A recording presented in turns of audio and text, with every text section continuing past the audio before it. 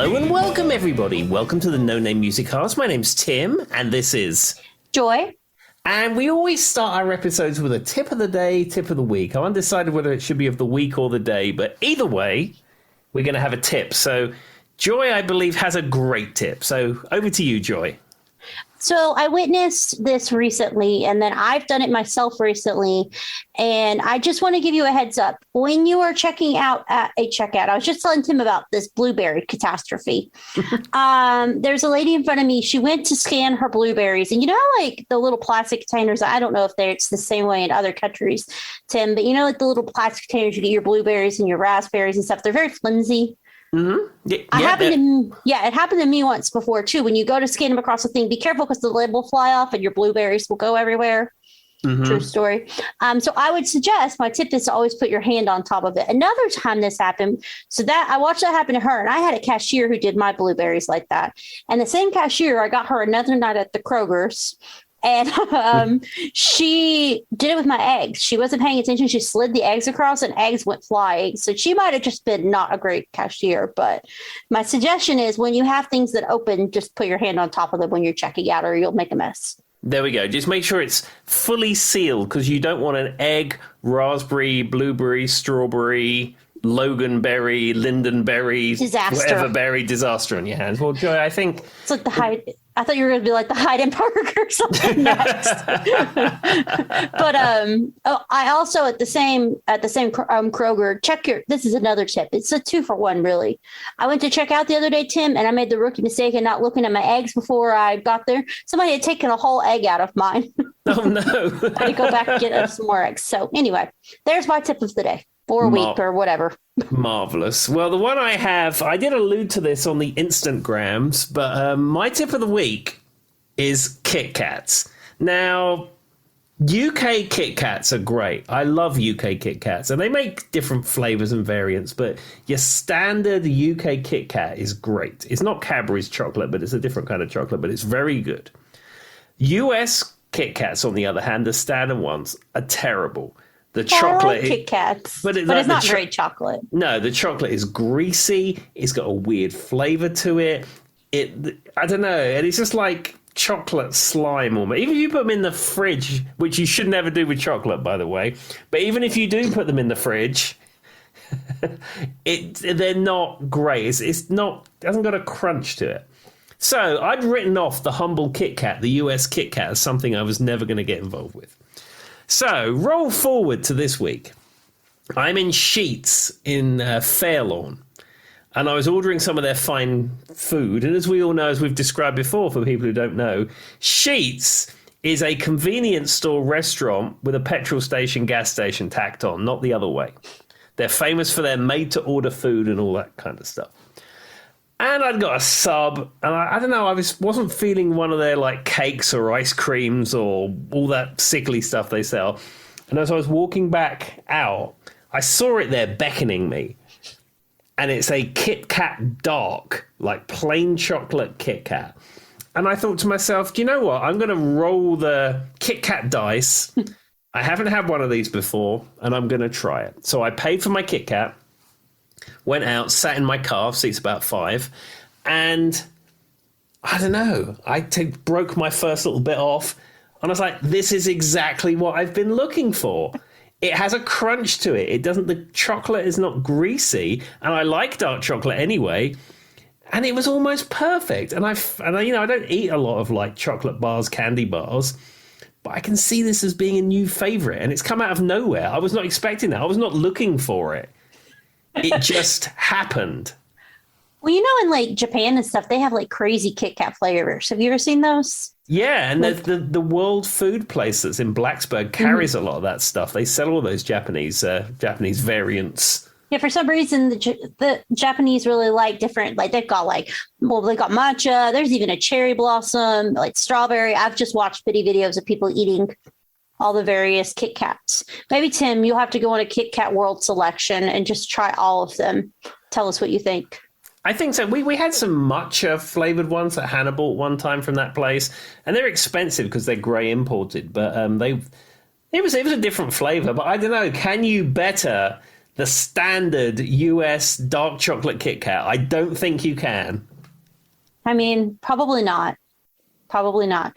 But what happens, I think, with Kit Kats, at least the ones in America, is I feel like because the chocolate, it's like the temper or whatever it's called, like the temper is like the snap of chocolate. I don't know if you've ever heard that term, but that's like the actual term for it. It's like off. I don't know why. And so then the wafer, I guess is what's in the middle, gets like soggy. Yeah, and I think that's what it is. It's like the chocolate's got like a grease to it, and then the biscuit inside, like it doesn't have that snap. It's just like a bloof. And I said, even if you commit the sin of putting them in the fridge, it's still the same. Yeah, and I mean, Dabs, apparently as chocolate gets older, it doesn't necessarily go bad, but the temper, that's the name for it, gets, how like when you get like an old piece of chocolate and you're like, I'm going to eat it anyway, I want it, and it has that weird kind of texture. Mm-hmm. That's what happens over time. It's called the temper, and so then it loses its whatever properties makes chocolate basically. I know that Cadbury's chocolate is engineered, so it's supposed to be still good 1 year after its best before date. Well, I do know McDonald's is bringing back the Cadbury chocolate shake or something they did last year. I saw that on a headline. Not that I would ever drink that, but it was there. I had a Shamrock shake the other day. I love mint anything, so I'm cool with it. Speaking of which, even though this will be, I'm going to break the fourth wall or the void of whatever this comes out. For us, tomorrow, St. Patrick's Day. Oh, there you go. Well, maybe you should celebrate by having a Shamrock shake. Maybe I should. I'll send Charlie to go get me one. There you go. Well, anyhow, before we get into the topic, which is Joy's topic this week, I'm going to do a quick CD of the week review. And this week, I'm going to be talking about Blue Man Group and their first studio release, which is called Audio. Now, Joy, are you familiar with Blue Man Group? Yes. Well, I love the Blue Man Group. I've seen the Blue Man Group many times. I've seen them in London, Vegas, New York. I think that's it. Oh, Roanoke as well. So I'm in Roanoke too. And they're like a performance art group where they have these three characters dressed up as blue men and they have blue faces and it's like social commentary and all that kind of stuff and dance numbers and they music. beat on things and... Yeah, and all that kind of stuff. So they have the Blue Man Group organization have released a number of albums. Obviously, depending on what show you go to, it's different blue men. They also had a blue woman at one point. They don't mind who is part of their troupe. Obviously, providing you can catch marshmallows in your mouth and paint with spit and stuff and all the things that they do. Hit a drum while you backflip off the stage or something. Yeah, something like that. But Audio is the first release that they did. This has got a lot of the songs from the original stage show. When I first saw Blue Man, it was in Vegas at the Venetian. And a lot of the songs that they had in that stage show are on Audio.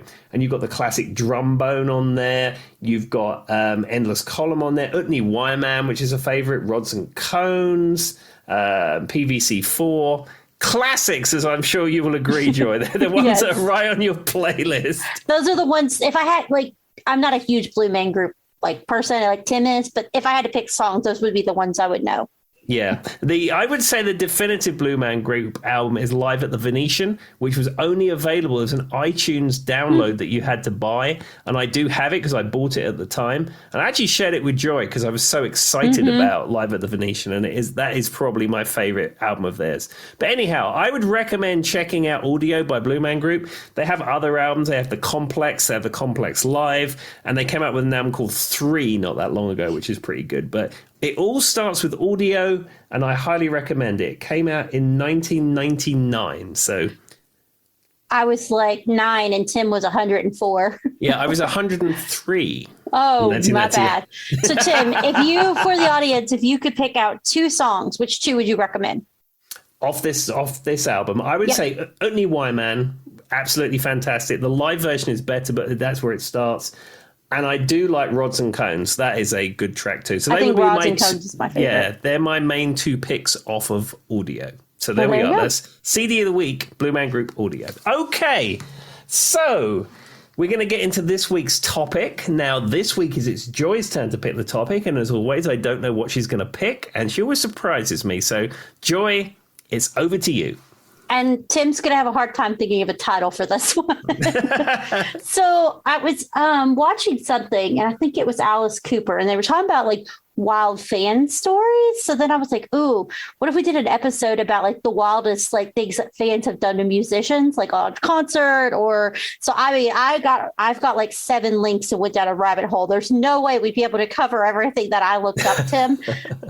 So this might just strictly be for me in my interest, but it kind of goes along with some of the other episodes I've done because I had to try to change it up to do a lot of, let's talk about this song and this song. So to give us something different. So we're just going to talk about these different artists, and these are their stories, like things, concerts, people breaking into their house. You know, for some reason, Justin Bieber has a lot of crazy fan stories. He was on every article I come across something. I'm like, no wonder that I feel bad for him now. I'm like, no wonder he had such a mental breakdown. Anyway, he has a lot of stuff. So the first one is Moby, which I'm sure you've heard of the band from the early 90s. Mm-hmm. They're saying the first time they played in Toronto, which would have been like late 90s, or not late 90s, early 90s, like 90, 91. I said a 10-foot man. He wasn't 10 foot. He was dressed as a 10-foot tree. Let me restate that. Ran on stage and started wrestling with him. And of course, because it was a rave, there was no security, and the people thought it was a part of the show and started cheering it. So like he's just sitting there, and a guy dressed as a 10-foot tree come across the stage, attacks him, wrestles him, knocks him to the ground, and they spent a good 20 minutes wrestling while the audience all thought it was staged. Oh goodness me. Now, I will say, like, Moby, I'm actually familiar with Moby. Mm-hmm. I have that Moby album Play. Yeah. And I like the song Porcelain. I think that's a great song by Moby. And there's another song, We're All Made of Stars by Moby. That is another fantastic track. I'd say Porcelain is probably my favorite track of Moby. I would say I like a few of their songs. I'm pretty familiar with them. It just makes me think of, though, we were talking about on a different episode, stories that or songs or things like this that make you think of your music stories. Mm-hmm. At one point in time, when I was in musical theater, I was in the Broadway version of The Wizard of Oz. In the Broadway version of The Wizard of Oz, the trees sing and they talk and they dance, and they've got like a whole thing about like at one point you throw apples at like the characters stuff. And I was a singing talking tree when I was in The Wizard of Oz. It was always funny because everybody's always making fun of people being like, oh, you're just the tree. But I still and I hated that costume because it was like basically a giant cardboard tube. Mm-hmm. With like cardboard at the top, and like I couldn't see anything because the person who designed it, like I don't think they measured any of us. I was only like 16, so like my head kept falling through. So there'll be like pictures of me, and you can't quite see the head of wherever the person is in the tube. That's the same one where I was singing and dancing in the Flying Monkey. I told you guys, banana split fell right in front of me. It slammed into the ground. And the same show where one of the jitterbugs kicked their shoe off and hit an audience member. That show was it was something, Tim. There's nothing like live music. What can I say? There you go. Live theatre, live music, live musical theatre. That's where it's at. The question is, Tim, has anyone ever came on stage dressed as a 10-foot tall tree and tackled you and wrestled you while you were playing music? No, I've had a guy come up and try to steal my glasses. I have had many people show me bizarre things on their phones, like I did a gig once at Dublin Moose Lodge. This is true. And the guy came up and he said, oh, I'm really into art. I said, oh, that's nice. He said, I might... if I get time, I might draw you while you play. I said, yeah, that's fine, whatever. Fine, He goes, oh, so I've got some really good, I'll get my phone, I'll show you some of the work I've done. And he pulls his phone out and he shows me a hand-drawn picture, which I assume was of him naked. Oh, well, And I went, oh, that's very nice, very detailed. Did he show you the picture he drew of you? That's the question. No, he disappeared halfway through. I never saw him again. I'd be curious to know if all of his people are naked when he draws them. I have no idea, but the best way to deal with that is like, oh, very nice, and okay, and then smile and nod and walk off. Yeah. So that makes me think of, you said phone, so this one made me think of one of my things I looked up. So Ed Sheeran. Or how is it you guys, we say Ed Sheeran, but I always hear like Ed Sheeran from like British people. Some people say it differently. Anyway, that guy, the Ed guy with the red hair, mm-hmm. He said a girl chucked her iPhone at him while he was on stage. After the show, he wanted to give it back. When he tried to get into the phone, it was locked, of course, but there was a screen grab with a number on the front that said, ring this. Well, thinking it was a number to ring if you found the phone, they called it was a number to the cell phone, like the phone that he was holding. Oh. Turns out she put it on there so he would take down her number in hopes that he would call her. Because she knew her dad would buy her a new phone. Thankfully, she said her dad came backstage as a teenager and asked for the phone back, and they were able to, security guard gave it back to her or whatever. But that was her way of trying to get her phone number too. Wouldn't it have been just easier to put it on a note or put it on a flower or put it on a, I don't know, CD or record or something rather than throw your whole phone up there? I mean, I guess her idea was you're more likely to pay more attention to the phone because you're like, let me try to get it back to the person. I don't know, Tim. She was probably like a 14-year-old if she, like, her dad went and got the phone back. But I think that's really funny that her idea was, well, if I make this, then he'll call it and then my number will be at his cell phone because he called it. That's just too complicated because, like, Ed Sheeran's on the road. I don't know whether he's a married man, he's as a lady or gentleman in his life. I have no idea what's going on with that. But I would assume that he's not interested in random people throwing phone numbers at him. So, like, he's like him and the crew are probably thinking, oh, this is someone's phone. That's like $1,000 thing. Let's try and get it back to whoever it was. They're not interested in that. And she's brought up this convoluted story in her mind how this is all going to work. And the crew are just like, oh, can we just get it back to her? I know. And they're just trying to be nice people like, oh, this, you know, and they probably thought it was a young person or something. You know what I mean? But yeah, no. But fans are weird, and you're going to find out fans are real weird, Tim, because some of these stories are weird. I read a whole one about somebody, who was it earlier? I don't remember what musician it was. We're going to get to him. This guy had been living in their pool house for a week before someone found him. And I'm like, how? My house is not big enough that if someone were living here for a week, Tim, I wouldn't know they were here. What was it? Wasn't there one episode? I think it was Ludacris that had, like, he started going through his property and found he had a whole tennis court. We talked about it for 20 minutes. Yeah, he didn't know he had a tennis court on his property. I mean, like, we moved into this house and, you know, we lived here for a number of months, and I think I found an old razor, like electric razor from the 70s, and it was on top of the kitchen cabinets, but you had to be up on a ladder to see it. And it's like, oh, that's a bit weird. So, but I mean, there's that, but then it's not like last year I found a pool house. Yeah, very different. Like, I can't imagine someone living in my pool house for a week and me not noticing it. And they said the guy, I gotta find it. Who was it? Might have been Jennifer Lopez. It was some artist, maybe Rihanna or something. Some female artist was like taking selfies of him in her house and posted them on it. It was crazy. It was wild. I'm like, you must live a much different life than I do. All right. So the next one is from Alice Cooper. And for Alice Cooper to say you're wild, it's probably a pretty interesting story, I would think. Because he's an interesting dude. He is. Vincent Fernier is his real name. Yeah. And he used to be very, very wild at the beginning of his career. And in fact, Alice Cooper was the name of his band, and he was Vincent. And then I think he bought the name or became the Alice Cooper character. And I think the band changed, but he then changed his name to Alice Cooper. Yeah, I know at some point he legally changed it, and I just figured it was because most people were, and it's there are certain bands where they kind of go by like a name like Alice Cooper where you think it's a person. You know what I mean? Mm-hmm. Like that Clint Eastwood band or whatever. No, Clint. What is it? Is it Clint Eastwood? Clint something. There's a band that everybody thinks is like a person, and it's two people. So same deal. All right. Yeah. So here's what Alice Cooper has to say. It's his wildest fan story. I was at a show in the Midwest. I was about to go on stage when someone said, "Your wife just passed out back there." So I ran back and saw a heavier set woman on oxygen. Someone took her mask off and says, she took her mask off and she said, "Hi, honey." I said, "This woman was not my wife." I looked at her for a second and said, "Who are you?" She thinks for a second and goes, "I'm Amy Lee from Evanescence." It's obviously not Amy Lee. But then her father came in and said she had convinced him that she was Amy Lee. What? Then her father came in and she had convinced him that she was Amy Lee and said, "Oh, she just came off tour." How could she convince her own father of that? I don't understand. I don't know how she did that, but I started playing along. when she got up, she said, "Can I meet Johnny Depp?" I said, "Maybe if it goes to one of your shows in LA."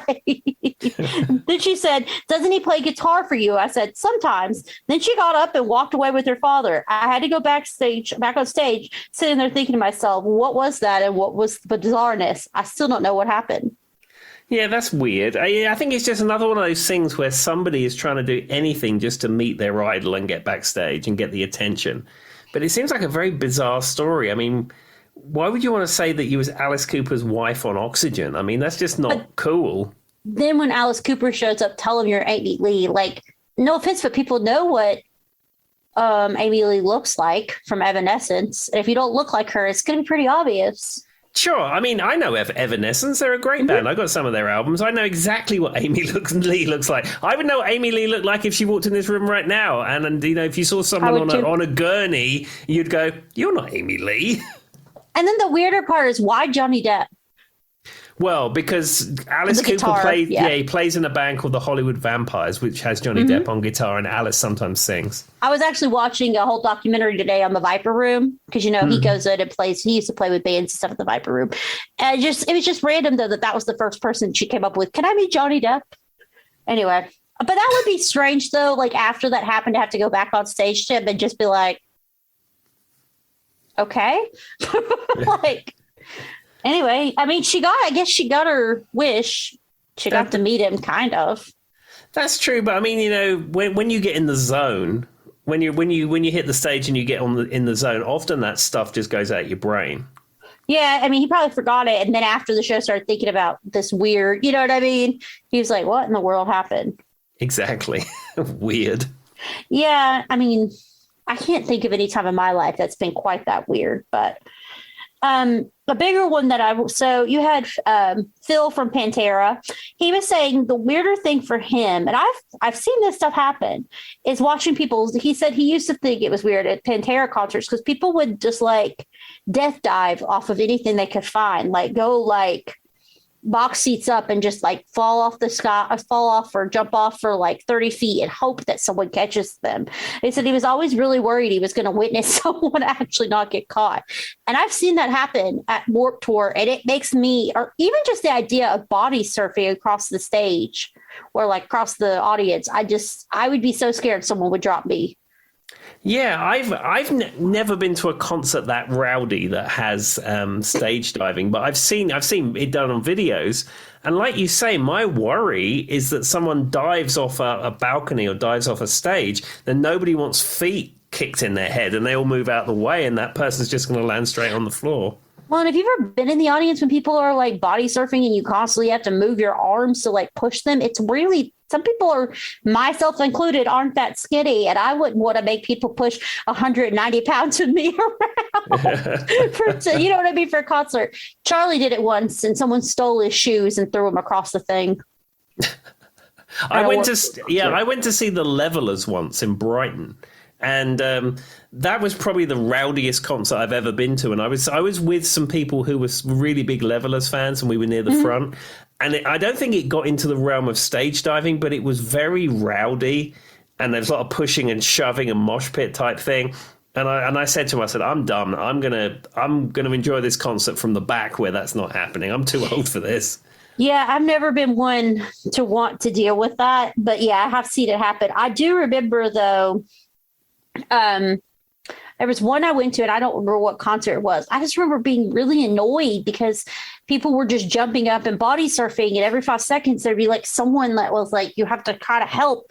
But then the other fear would be, on another note, what if like I'm going to say this and it's going to sound bad. Someone who's much larger than I am body dives off, and I don't have the strength to hold them up, and they just hit the ground and squish me underneath them. Well, that's the problem. I mean, I think that's maybe in the moment. You know, you've got the band and it's loud, and you've got the lights and you've got the excitement and you've got all people and it's a thing. Maybe you're not. It's not like the cold light of day, like sitting here like you are right now, thinking the logistics of this through. Yeah, like there's probably maybe some alcohol, possibly drugs involved in a lot of those decisions. But all things considered, now I'm like, oh gosh, what if like I'm at a concert, someone free falls over 30 feet on me and I can't catch them? I tell you, I am too old at this point to go to concerts that don't have assigned seating. On Sunday, I went to the Harvester in Rocky Mount and I saw a guy called Martin Barr. Martin Barr was the original guitarist for Jethro Tull. And I knew the drummer. I used to play with the drummer in Twickenham in England. And he told me the tour was coming through and he put me on the guest list. And it was a great show. It was nice to connect with the guy, Darby Todd, fantastic drummer. I was not super familiar with Martin Barr's work, but he's an absolutely fantastic guitarist. We had a great time. Really good show. Okay. But we're in this place. It's full of people mostly 10 years older than me. And it was nice seats, comfortable seats. And it wasn't, I mean, it was a good crowd, but it wasn't like packed to the rafters. And I thought, this is exactly how I want to enjoy my concerts. And then Hannah and I were looking through some things while we were waiting for the show. And then I told her that the Darkness were coming to the United States. In fact, the Darkness are currently touring right now. And they're coming to somewhere in North Carolina or something. It's not super far from here. Mm-hmm. And we looked up the venue, and I said to Hannah, yeah, let's go see the Darkness. That'll be great. And then she says general admission, and she said, I'm not doing that. And then I said, I'll be honest with you, I really like the Darkness, but I'm not going to do that either. Oh, that hurts me because I love the Darkness too. But I will say, I did buy tickets to go see Sum 41 in April with my friend Jennifer. And every time I have been to like 4 concerts, Tim, that Sum 41 was supposed to play out, and something has always happened. So when these tickets came out, I was like, I'm getting them, and nothing better happened. Like they pulled out, there was a rainstorm, one of the band members broke their toe, like just different things happened. It was events with more than one band. And so every time I went to go see, and Sum 41 is one of those bands that defines my when I really got into alternative rock for me, because one of the first albums I ever owned was All Filler No Killer. It's one of the best alternative rock albums, I swear. Sum 41 is amazing. They're underrated, and I'm always like, oh my God, they're fine. I'm finally going to see them. So I think Simple Plan is with them. I'm not a big Simple Plan, but the Simple Plan's opening. They're like the headliner, so they have no excuse not to show up. Sum 41 were one of those number bands, weren't they? There was Sum 41, Blink 182, Matchbox 20, Led Zeppelin 6. There was a lot of that going on. Thing. I don't know why. Yeah. But if you've never heard the album All Filler No Killer, it's one of my favorite albums. But anyway, and it defines me as a teenager growing up. So I'm very excited. I will fill everybody in once I get back to the concert. But yeah, we specifically bought the ones where, because it's one of those things that you can do general admission or seats. I was like, we're getting seats. Yeah, I mean, I've been in standing gigs. I mean, I think the first 2 times I saw Van Halen was standing, and the atmosphere was absolutely fantastic. And I kind of think of course, there's been lots of other gigs I've been throughout the years. Like Tenacious D, for example, one of those gigs was standing. Actually, 2 of them were standing. And it's a really good atmosphere. You get some good people around you, and it's a good thing. But as the years roll on, I'm more into the Rocky Mount Harvester Martin Barr gig appreciation than the standing with 10,000 people at Wembley Arena. I'm not into that. Well, the other thing that happens, or I don't like, is I'm claustrophobic. So if you get into a concert where there's too many people. So whenever I went to the Women's March, however many years back that was, remember how Madonna and all of them spoke at the Women's March? Mm-hmm. That area where they were at, you couldn't breathe. There were so many people around me, and one lady pushed me and I twisted my ankle, and I was just we pushed through to, I heard Madonna and I heard a few of the other people speaking. I could hear them, but I couldn't see them and I couldn't breathe. We eventually just pushed out of the way and went to an off street to catch our breath. But I hate when you get that close to people. Yeah, it's too much. I mean, like I said, let's have some assigned seating. To be fair, this was a protest, so maybe there was no assigned seating. But I just remember I could hear Madonna yelling, and I could hear a few other people. I think Ashley Judd was there. There's some other people that were just like, non-musicians that were speaking, and I could hear them. I couldn't see them. And I just remember thinking, I really love that I got to hear this because this is iconic, but I'm also about to have a panic attack. So can we please move? Oh dear. No, I mean, have you ever been in a tight space, Tim, where like everyone's pushed up against you and you literally can't move? Yes, I've done New Year's Eve in London twice. Oh, yeah, that sounds exactly like this. The first time was not too bad. The second time, I took Hannah to New Year's Eve in London, and I think we was on Tower Bridge by the Houses of Parliament and all that kind of stuff. And that's where we went to see the New Year, and it was so loud and there's so many people you couldn't even hear the chimes of Big Ben, which was really weird. So the 12 o'clock happens. And actually, that was a kind of cool atmosphere because, normally you're at a New Year's Eve party and there's probably a few people you don't know and everyone's like shaking your hand and hugging you and all that stuff. And that's kind of cool. But you imagine that with thousands and thousands of strangers around you from every walk of life and every country in the world and every, that you could imagine coming up to you and wishing you Happy New Year. So that was cool. That was really cool. However, to get from there to the tube station to get back to our hotel was not actually that far. If there was nobody on the street, it would have taken you less than 3 minutes, I would probably say, to walk that. Yeah. It took us an hour because the people were packed in so much. You would like literally move one footstep and wait, and one footstep and wait. And, I was not too freaked out about it, but Hannah was not enjoying that. It just depends. Like I said, and then your brain starts to worry about, if anyone were to step pee right now or something, I'm gone, I'm out of it. So I die. So anyway, back to what we were talking about. So I was saying earlier about somebody who lived in the artist's pool house. So I found that one. It's Jennifer Lopez. So she has a protective order against this guy, and it's known. I can say his name is John Dubas, whatever his name is, for contacting her mother. And then uninvited moved to the singer's pool house, updated his Facebook and Instagram with pictures of himself on her property. He managed to stay out of her way for several days before the police apprehended him. So he'd lived in her pool house for multiple days, posting photos on the internet before the police found him. I think that's the point of where that person probably needs services from someone. Yeah. Because 110%. Yeah, because that's just weird. That's just weird. I know where Brian May's house, well, not his home where he lives. I do know where his home where he lives is, but that's beside the point. But I know where the house is in Feltham, where he grew up, where he built the Red Special. He owns that house. That's the house he grew up in. And I've driven past it because I knew where it was. But, I drive down the street and I'm like, oh, look, how cool is that? That's where Brian May used to live and that's where the Red Special was made. Cool. And then you do a U-turn and you come out again. That's one thing. I consider that obsessive superfan behavior. But, like, breaking in the house and living in the shed, and, that crosses a massive line. Yeah.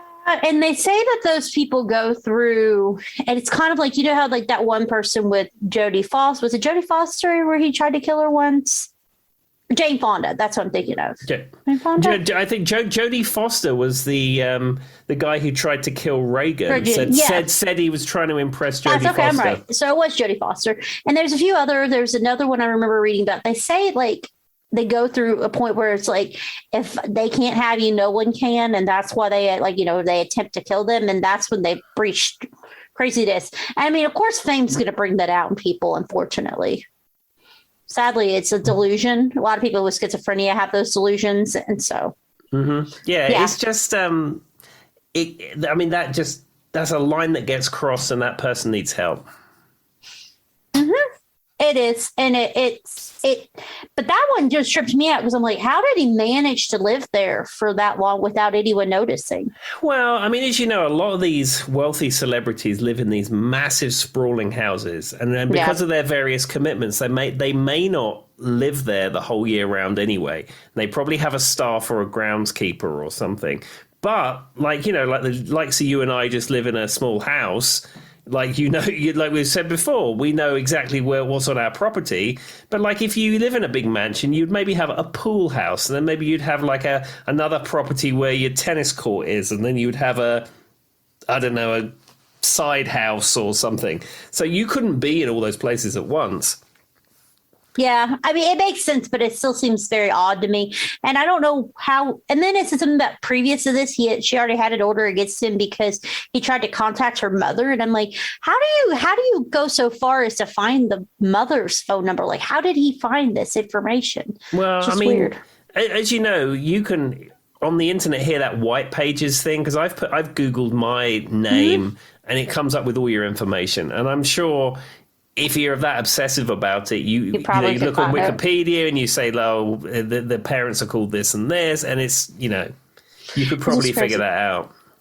Well, we'll go to a less. You know how I mentioned Justin Bieber's on here a lot.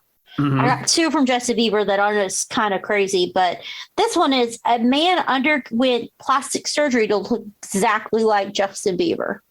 Yeah, that's goodness me. So basically, what it says.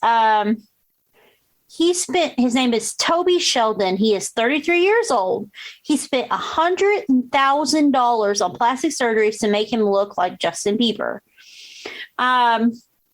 Apparently, he's in a video that he posted online to make people think it was Justin Bieber, or people believed it. It's a bootleg. But it says he underwent... Oh, good Lord. Just for the smile surgery. What is a smile surgery? Ow. $30,000 just to make his smile look youthful like Justin Bieber. His words, not mine. He had his lips done with plumper. Plumper? Is that a word? Plumper? Probably. It sounds weird when I say it like that. But it says it lifted my upper lip and plumped my bottom one out so I could look young. He also had tons of Botox injections all over his face. That just sounds really painful. It does. It sounds like the plot of Knight Rider is what it does. Yeah. I mean... And you have to wonder, like, I'm not a big Justin Bieber fan, don't get me wrong, but that would be really creepy from his perspective. Yeah, and I mean, I know sort of if you have the money, you can have anything you want, but wouldn't a doctor, whoever's performing that surgery, say, look, you're not disfigured, you're not, you don't have something you need to correct that you was born with. Why are you trying to make your smile do this, or your nose do this, or your face do this? Shouldn't ethically the doctor should say, we're not going to do this? I would think so, but unfortunately, money talks. That's as AC/DC told us, Tim. they taught us well. Anyway, so I guess that's all it comes down to. You find the right doctor who's willing to take enough money. That's just sad. I just like to think that whoever's performing that surgery would have like some kind of ethics that they would think, this person doesn't need this. Why are we doing this?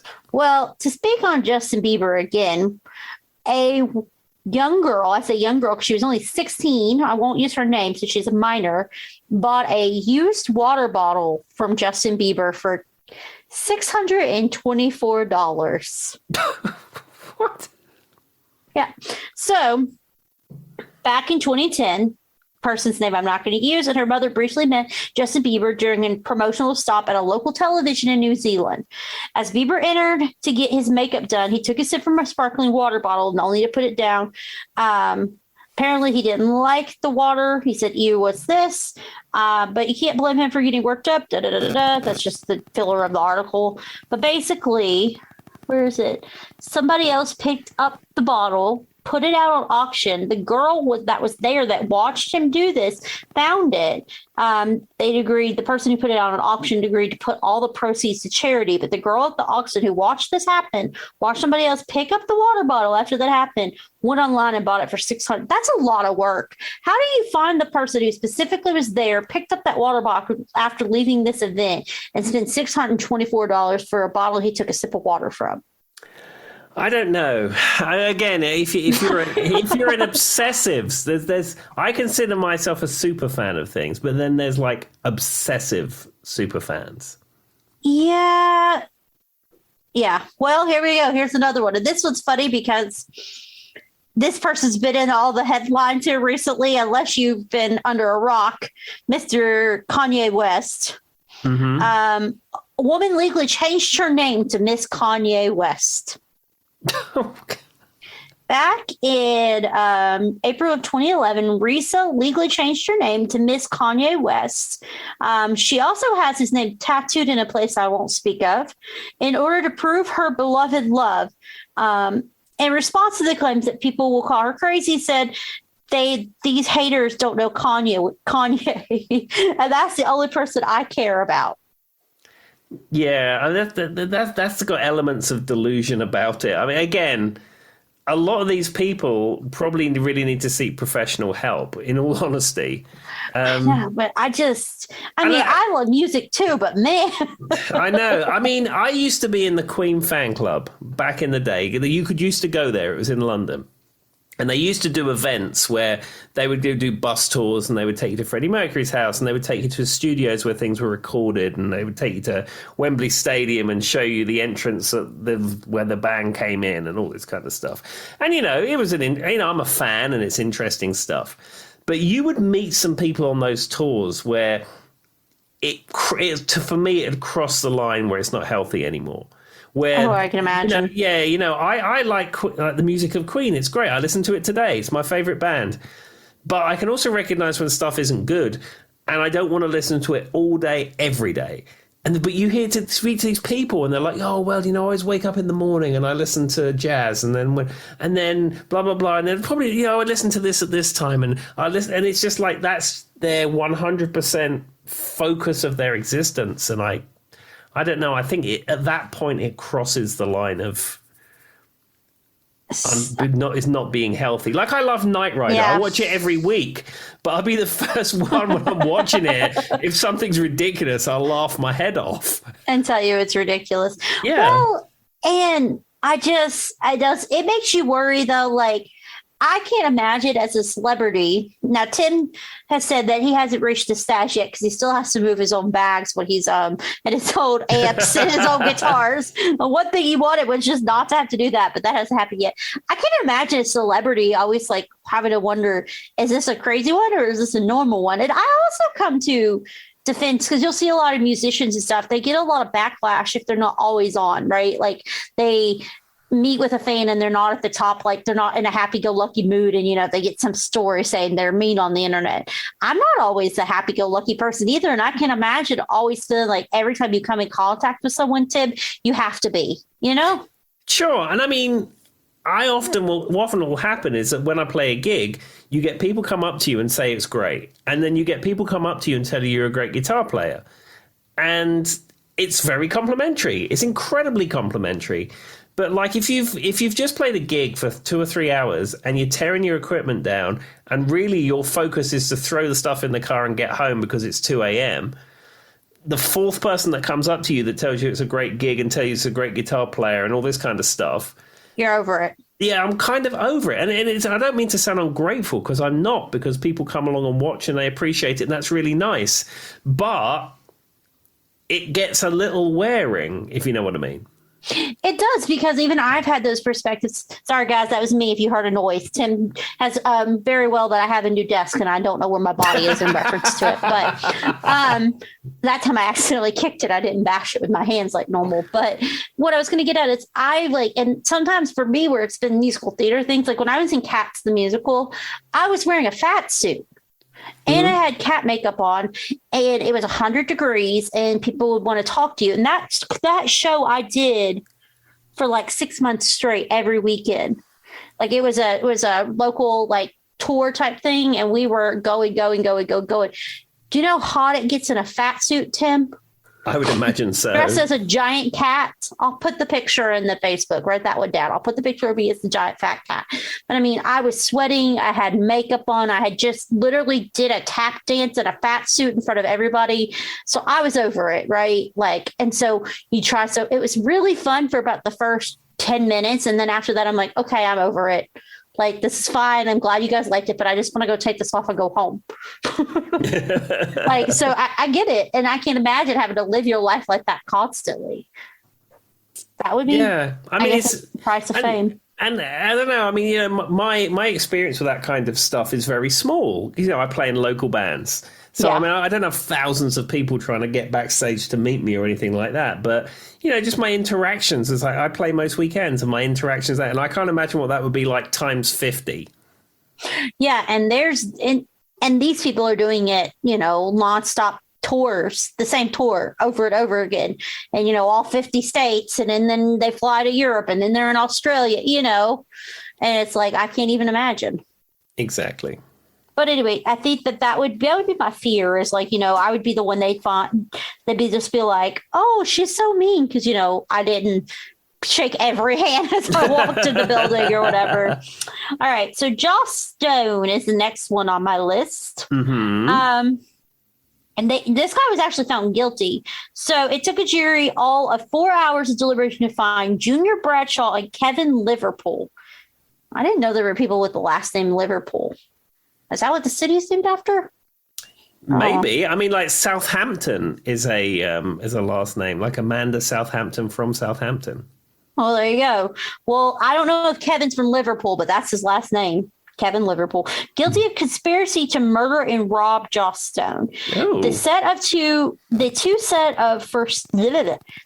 out for Jones' house with weapons, including a samurai sword, which I thought was very weird that they specified that. They drove for hours in her neighborhood trying to find her house and even stopped to ask the postman for directions. Oh. Kind of sound like maybe they weren't the best at this crime, Tim. Like, you have to stop and ask directions to get to the house to commit the crime you need to do. Maybe you were all planned out. You brought your samurai sword, but you didn't bring a map. Oh, goodness me. Anyway, so suspicious neighbors called the police. Thank the Lord. It was later revealed the two had been fans of hers, but they wanted her money, and they said that the power that comes with her money. The notes indicated that they were upset by her connection to the royal family. Is Joss Stone connected to the royal family? Not as far as I know. I mean, she's like a sort of soul singer type thing. I mean, maybe the royal family are a fan of hers, but I don't think she has a direct connection. Wait, I thought all British people knew all royal family news at all times, Tim. Well, maybe they do. Maybe I've been out of that loop for some time, as you know. Oh, they cut you off on the alert system. They did. The minute I raised my hand and became an American citizen, they deleted that. They cut me right out. Tim doesn't get the smoke screen anymore. For everyone who's not heard the story of one time me and Tim were just discussing the death of Princess Diana, and Tim told me he knew what happened. So matter of fact, like I thought for sure, like he had some inside information. And I looked at him and went, so does like everybody in like Britain know? And they just haven't told us. That's the funniest. I mean, it didn't even faze him. He's like, this is what happened. And I'm like, but this is the most controversial death in the history of the world. He's like, no, this is what happened. Anyway. So that's why I said, Tim, I thought you guys all had all the information at all times. Well, maybe I would have back then, but I've lived here too long now. Well, we'll have to give you. We'll have to see if we can get you back on the mailer, Phil, Sarah, anybody who's listening. See if you get Tim back on the memo list. There we go. Ian, whoever. Diplomatic cables. I think that's what they call them. All right. So here's another one of people just hanging out in people's houses.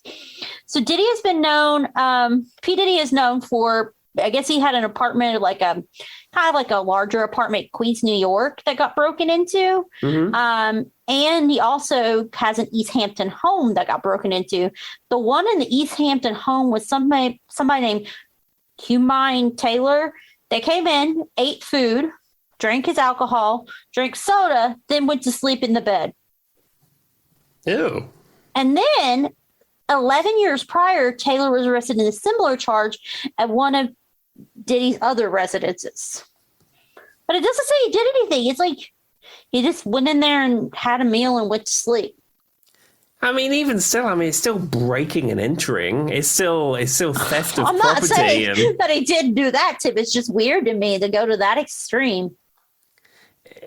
It's just weird. The only thing that's ever happened to me that's vaguely similar to this, sort of, Okay. So I used to share a house in Chiswick years and years ago. And I was out playing somewhere and I stayed overnight. And I'm sharing a house with another guy. So Okay. I came back the next morning very early because I actually had to go to work. So I came back incredibly early, hoping to shower, get dressed, etc. And I was going to go into work. I go in my room and there's a couple in the bed. Oh. And it turns out they'd had people over and they decided to stay. No one told you? Yeah, and I was like, oh, morning. Hey, how's it going? I said, don't mind me. I'm just going to grab my clothes. Tim just slowly grabs his stuff and wiggles back out of the room like nothing happened. Bye. One time when we were in Utah, the bedding was in the shape. I don't know how my bedding got like this. I didn't make my bed when I left that morning. Usually I do, but for some reason I hadn't. And when I came home and me and Charlie walked in, for some reason the bedding looked like it was shaped like a person. And I thought there was a homeless person sleeping in my bed, but it was just my bedding. Oh, dear. I screamed and ran out. There was nothing there. Charlie had to bonk. Oh, no. I was the one. You're kidding me, Tim. Have you met my husband? If anyone ever breaks in this house, I'm on my own. He's out the front door. I'd be the one with the baseball bat. I was like, I ran away. And then I was like, I think there's someone. Charlie's like, it looks like there's somebody. I'm like, go check. And he's like, go check. I'm like, okay. So I walk in and just grab the blanket off and over the bed. There was one time at this house we lived at, I swear to you, somebody was beating on our door at 4 a.m. And I'm like, hey, Charlie, do you hear that? And he's like, yeah. And I went, should we do something? And he's like, no. And he just rolls back over and goes to sleep. I had that in a hotel once. It was the Super 8 in Martinsville. Hannah and I were staying there years ago. And it was around midnight. And someone's like, and I just ignored it. And then it was like, hello. And we just ignored it. That was Charlie's advice, too. Eventually, I got up and peeked out the window, but whoever it was gone. But I'm convinced the person who had this place that I rented before me did sketchy things. Mm-hmm. So I feel like it was one of their sketchy people. But anyway, that's my theory. I think they had some interesting contacts because we had one or two people pop up and they'd be like, hey, it's so-and-so here. We're like, no. And they're like, okay, bye. And they dash back to their car. Yeah, when we lived in our apartment in Christiansburg before we got our house, it was an okay apartment. It was cheap, but it was okay. It had a few problems, but it was good value for money. It allowed us to save up to buy this house. Anyhow, yeah. There was the apartment up from us. There was 6 apartments, and all the people in those apartments were pretty good people. The one up from us had one after the other of sketchy characters. And there was somebody up there who was obviously running a drug ring or something because vehicles would arrive, they'd go up there and they'd be there for 10 minutes and come back. And this happened all day and all night. Yeah, I think that may have been what was happening in this trailer I rented before I lived in the trailer because it was just like a little trailer, just an average, it's just that I rented temporarily, but it was me and Charlie. Mm-hmm. And yeah, I'm convinced that that person may have been a drug dealer and didn't let some of their contacts know they left. Mm-hmm. So they'd be like, hey, Sarah here. And I'm like, who's Sarah? I don't know if the girl's name was Sarah. I'm just naming a name. And they'd be like, never mind. Bye. So they run off the steps. And I'm like, okay. Don't know who Sarah is. Well, I think what this proves is if you are a drug dealer and you're listening, make sure you fill out your change of address card. Please. That's all we ask. We don't judge. We're not judging you, but just do your administration. Yeah, we don't want to have to, be disappointing to your customer. Exactly. So, anyway. So, okay, here's another one. This one will make Tim happy because it's got Dr. Phil involved. I've seen Dr. Phil in real life. I've watched Dr. Phil being taped on the Warner Brothers lot in Hollywood, California. There you go. So that's why me and Tim have discussed the Dr. Phil. So apparently Jay-Z had a crazy fan who got her 15 minutes of fame on actual TV. Katrina went on the Dr. Phil show to discuss her obsession with Jay-Z, despite it being poorly affecting her own relationships, and despite him already having a wife, because I don't know if Tim knows this, but I feel like he knows Jay-Z is married to Beyonce. Probably. They should be together. I just think he's better off with me because to me, Beyonce is fake and she's not giving her all at all to him. That's what she said on the Dr. Phil show. The problem with Dr. Phil, he is not a medical doctor. No. He was somebody who used to be on Oprah's show and then had a spin-off program and got famous because of that. I don't believe he has any medical qualifications. And it's at best, it's like Jerry Springer light. Yeah. And let me tell you one thing about Dr. Phil. So I'm going to burst the Dr. Phil bubble right now. No. So like, if you see Dr. Phil, you see that there'll be a segment and then they'll close the show. And he comes out, he walks out into the audience. His wife, Robin, is always there in the audience. He grabs her hand, and very heartfelt, and they all look at each other, and then they walk off together to the back of the audience, back of the show, and that's how the show ends. And you think, it's got this heartfelt moment with Mrs. Dr. Phil. When we saw it being taped, they did that 3 times. Aw, Tim. You just broke someone's Dr. Phil heart. And also, like Dr. Phil, so they taped 2 episodes when we were there. The first one was a really heavy scene. There was this woman on stage. It was a whole thing. I won't get into it, but it's a really heavy scene. You can hear a pin drop, and they go to commercial, but there's no commercial, and they get to clap and all this kind of stuff. And there was silence in the audience, absolute silence in the audience because it was so heavy. Yeah. So that finishes, and then they had a break in the middle, setting up for the next scene, as it were. Okay. So what did they put on the screen? Dr. Phil's gag reel. Oh, look, it's Dr. Phil tripping. It's Dr. Phil when he swore on TV and they had to bleep it. And it's Dr. Phil when he did a cameo in a horror film. And it's just like, it was like weird that it went from this super heavy thing going on to the Dr. Phil gag reel. It's an interesting juxtaposition there. Exactly. The other thing they do, and I can exclusively reveal this too, when you go to a taping, as I said, they tape multiple episodes, but they have all the cameras set up for certain audience shots. So what they will do is they move key people between episode tapings so it looks like it's a brand new audience. That makes sense. I know that when The Voice was still recording during the height of the COVID pandemic, you obviously couldn't have a studio audience. Mm-hmm. I noticed this and I was like, how did they keep having a studio audience, right? They separated the judges out so they weren't super close to each other, put panels between them. So I got that. But then I'm sure at some point all the judges had to be vaccinated once we got to this. But this was pre, all this. This is right when we were all under lockdown and stuck at home. And I noticed on 2 or 3 episodes, I was like, they kept showing people in the audience. They were like dancing, reacting, and they showed the same person. Like I saw the same thing being used. So what they did was they had clumps of people who were together. So like you bring 5 of your friends, you had to know them, and they put them in distancing out in the audience. And then the cameraman was zooming in on that clump and then that clump, and they were using the same footage in different episodes. I Googled it to figure out how they were getting their fake audience. Like, how do they have a live audience when I can't even go to the bowling alley? You know what I mean? Exactly. But there we are, Dr. Phil. The day after that, I saw Conan O'Brien's Tonight Show being taped. And let me tell you, that was a much better atmosphere. Darn Dr. Phil. All right. So this one is a little less dark, but just random. So one of Rihanna's fans has 14 tattoos of her on her body. Distinct, like actual ones on her arms. And she said she uses them as a way to weed out potential relationships because she's only interested in men who like Rihanna. Goodness me. Does she expose them and say, it took 14 hours. I fainted 3 times. I guess.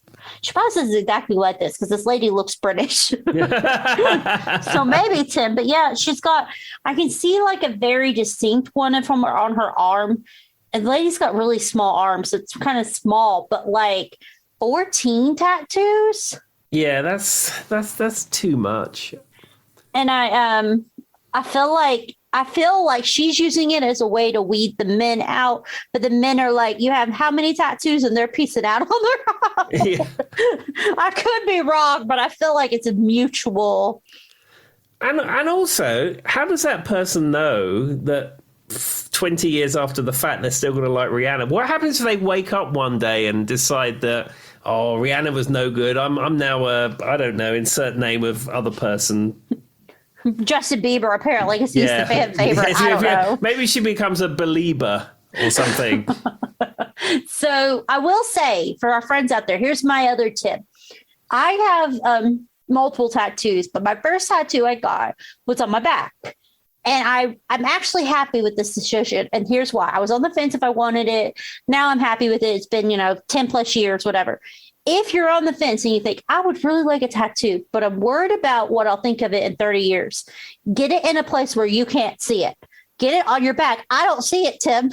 I don't even know it's there. I forget I have it until someone says something to me. And they'll be like, oh, I like your tattoo, or what's your tattoo? Because they'll see it like, on the borderline of my shirt or something. And I have a very big music piece on my back. So music's very important to me, obviously. Mm-hmm. But it's just funny because I'm like, I always tell people that. I'm like, well, if you really want to get one, but you're scared you're not going to like it, just put it in a place where you can't see. Then you never have to think about it again. Of course, I have one right on my arm now, but, it doesn't bother me. Exactly. And also a tip from me as somebody who doesn't have any tattoos, if you're going to get it done, go to an incredibly good artist and someone that's recommended, because it seems to be with tattoos. I know somebody recently who has had a very detailed tattoo done, and you see it and it looks like a piece of fine art. It really does. It looks like someone's painted it on a canvas almost. It's really, really good. And that's even from me. I'm not really a tattoo fan. And then sometimes you see people who've had tattoos done by another artist, and it looks like a splodge of nothing. And it's not done. The lines are not detailed, and it just looks terrible. I mean, if you're going to get one done, go to the person who did the detail one that I was talking about previously. Don't go to the one who does the splodge one. Always, always, always go to a reputable artist. Look at their artwork before you go. See the artwork they've done on other people. You know what I mean? Sure. And the other thing is tattoos are never going to be cheap. If it's cheap, you're making a terrible decision. Most tattoo artists, the minimum is $80 an hour. And that's for the cheap ones. The piece on my back cost me probably $300 easy, but he was a very reputable artist because I wanted to see line work because I've got a grand staff with musical notes, so I needed them to be very defined. The guy who did one on my arm, I have a Nevertheless She Persisted tattoo on my arm.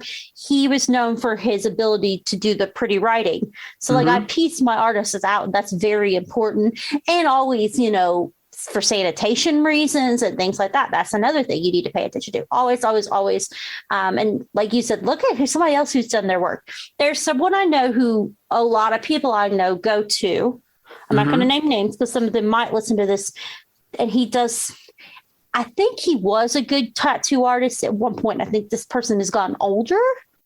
And maybe the hands are getting shaky or eyesight or arm. Maybe I was like, you probably could get carpal tunnel or something as a tattoo artist, I would think. Right? Doing that all day. With the way the pen is vibrating. Yeah, I would think so. I think that age has affected him.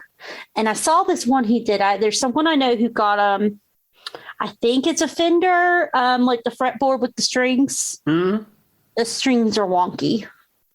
Yeah, see, and I was like, no. I've thought about tattoos. I'm not opposed to tattoos, but it's not really something that super appeals to me. But I've thought about something that maybe I would like. But my worry is I'm such a perfectionist in some areas. Like, I would have it done, and then something like that would be off, and it would bother me like you wouldn't believe. Well, once you have it for a while, you start to not pay attention to it anymore. But I get interested reactions for the one on my arm because I'll be wearing my HR clothing in public and I'll go to roll my shirt up or something, like my sleeve, and I'll see people look at me and they'll be like, she has a because I'll be wearing, my fancy business clothes, and they'll be like, she has a tattoo. And I'm like, because I have one very distinctly on my arm. So that's always funny to get that reaction from people because I don't think they expect it. But I'm also one of those people that if you're on the fence about it, I made the joke about getting it on your back, but like, it's not something you could be on the fence about. Once you get it, it's there. Yeah, I mean, you can have them removed, but it's incredibly painful and expensive, and they don't always come off exactly. Or you could get a cover-up if you got a bad one, but it's almost harder to find someone to do a cover-up well, because cover-ups are hard. Because if they do a bad job, there's always the chance of getting a cover up, but that's just as much of a chance as the cover up being bad. Exactly. So my moral story is, if you are on the fence, don't do it. But if you do want to do it and you're like, I'm going to go for it, just put it on your back. You never have to see it again, Tim. There we are. That's a almost at the end of the episode tip. That's another free tip for you. Well, I tell you what, Joe, we're almost at the end, so let's have one more story. That's what I'm getting ready. Okay, so I'm looking through. I'm trying to find what my favorite one was. Hold on. I'm pushing through all of these. I'm trying to find one that's not Justin Bieber. I don't know what that kid did to the world, but he has so many crazy fans. Rihanna. Okay, we'll do Justin Timberlake. We'll change it up. Okay. So Justin once had a woman who claimed she was a god and that she and Justin were destined to rule the world together. In addition to the almighty claims, there are also reports of her trying to convince JT's security team that Babylon witches were chasing her at the same time. Unfortunately, she was, let's just say, taken to the psych ward the next day, but she is still notarized online as she's working on God's agenda, and this specifically involves Justin Timberlake. Again, somebody who needs help, and maybe she saw Ghostbusters. You know the bit when they say, when Zool says, "Are you a god?" Yeah. and then Ray Stan says, "No," and he says, "They always say you're a god. Always say you're a god." Maybe she saw that. I don't know. Yeah, maybe, but I just find it funny that, like, if she was a god, why Justin Timberlake? I don't know. I'd make some pun about a song lyric of his, but I don't know any of them off the top of my head. I mean, every time I think of Justin Timberlake, obviously I think of NSYNC first. And then I always think of that Cry Me a River song. Do you know that, Tim, where it's like, Cry Me a River? No. You probably heard that on the... Okay, well, that's all I can think of when I think of Justin Timberlake. Oh, here we go. This one's interesting. It's very short. So, you know, Dead Mouse, that Dead Mew, whatever he is. It's the guy who wears the mouse ears. Yeah, like a DJ thing. It's like Daft Punk, but with less helmets and more mouse. That guy, I don't know, Dead Mew, Dead Mouse, whatever he is. Yeah. So that guy was in Glasgow, and he said that, and I thought you'd find this one funny because of our talk of your friend with pyrotechnics previously. Okay. When he was on set, a guy set off a giant flare right in the middle of the crowd. He said, I looked out and everyone had parted like the Red Sea. There was one guy standing alone with a giant flare burning. After a minute, he threw it to the front and said, "Oh, words I can't use," stomped it out and ran away. I feel like maybe he wasn't expecting the flare to be what it was. No, I mean I will close with this story. So the only thing I've ever had happen like this was at a venue in Christiansburg that's since closed. Okay. And we was playing a gig. We was playing Van Halen's Jump with the band I was in at the time. And a massive fight broke out. An absolute massive fight broke out. I don't know what was going on, but it was terrible. And the fight just started to peter out a little bit, but there was people with blood down their face, and there's women pulling men away saying, "Darren, he's not worth it," all that kind of stuff. And then we stopped, and the lady who owned the venue went on the dance floor and said, "Come on, everybody, you need to leave. You have to leave now. Come on, we have to empty this venue out. We got to go. It's been, got to close down now." No one was paying attention. She got on the mic and said the same thing. Really, no one paid attention. And then the singer of the band I was in said, "The police are coming." And you should have seen it. You know, like if you have an ant's nest and you pour boiling water on it and they go and fly off. Honestly, I've never seen that place empty out as quick. And that's all he had to say, and it was just like this massive exodus of people. Have you ever been at a party that the police were called to? Not at a party, but many gigs, but not a party. All I can say is there was one time me and my friends thought it was a good idea to jump a fence and go to I was young, other person's swimming whole thing that wasn't ours in the middle of the night, and the guy flipped the light on from his house and yelled at us. He called the police, and we ran out about as fast as everybody. And my twin sister fell and scraped her knee on the ground, and I had to clean it up when we got back to the house.